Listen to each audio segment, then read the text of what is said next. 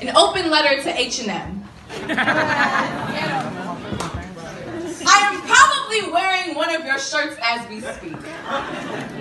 Thank God it doesn't say coolest angry black woman in the classroom, or coolest slave descendant in America, or coolest watermelon lover at the picnic. And fun fact, did you know picnic was derived from the phrase pick a nigger? It was coined in the 17th century where whites would pick a black person to lynch and invite others to come round the tree and watch as the bodies swing like strange fruit, then call it a family gathering. You know, like the type where you bring your children to the zoo, like how you stare at a primate exhibit through the glass, pointing, laughing, giving it commands, climb monkey, hold tight onto bark, swing from tree branch, you know, just like a nigger, do tricks, dance, model for us, strike a pose. Matter of fact, throw on this hoodie, looking just like a nigger. Let me take a pic. Send it to my CEO so he can watch as you are lynched in front of a boardroom of executives as they're gathered around to pick their next nigger to star front and center of a new children's ad, then call it a family clothing line.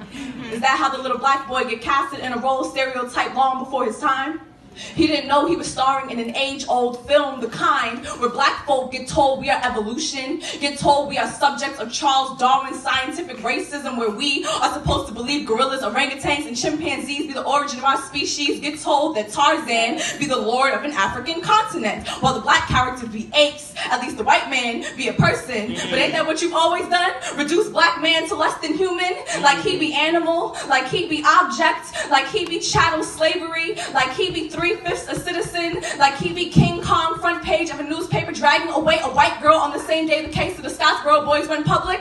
9 black teenagers falsely accused of raping 2 white women, all sentenced to life and damn near death in prison. Wasn't my life always equated to death anyway? Weren't you the ones who told us we were diseased, that we carried the epidemic plagues causing the wipeout of an entire race, that the origin of AIDS is from us sleeping with apes in the first place?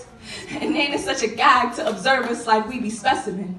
To perform tests on our blood like a Tuskegee syphilis study, constantly using our bodies to make money, like when we fill up the arenas to your sporting events, is that that's all we know how to do, is you sit in the stands amused as you clap front side of the courtside seats, throwing banana peels at our feet, because isn't our ability to shoot, run, and steal your favorite pastime anyway?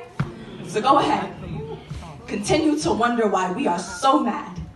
Cause for years, my skin been told it was too brown to be beautiful. My hair been compared to the fur on a primate's back. My features been too beast-like to not think I am ready to attack. So please, stop selling the trauma of our histories. All for the sake of new clothing on your racks. Like a black boy can only be the center of attention if you're a mockery, and a white one can be survival expert so long as his image still intact. But it must be easy to be the survivor if you're the colonizer.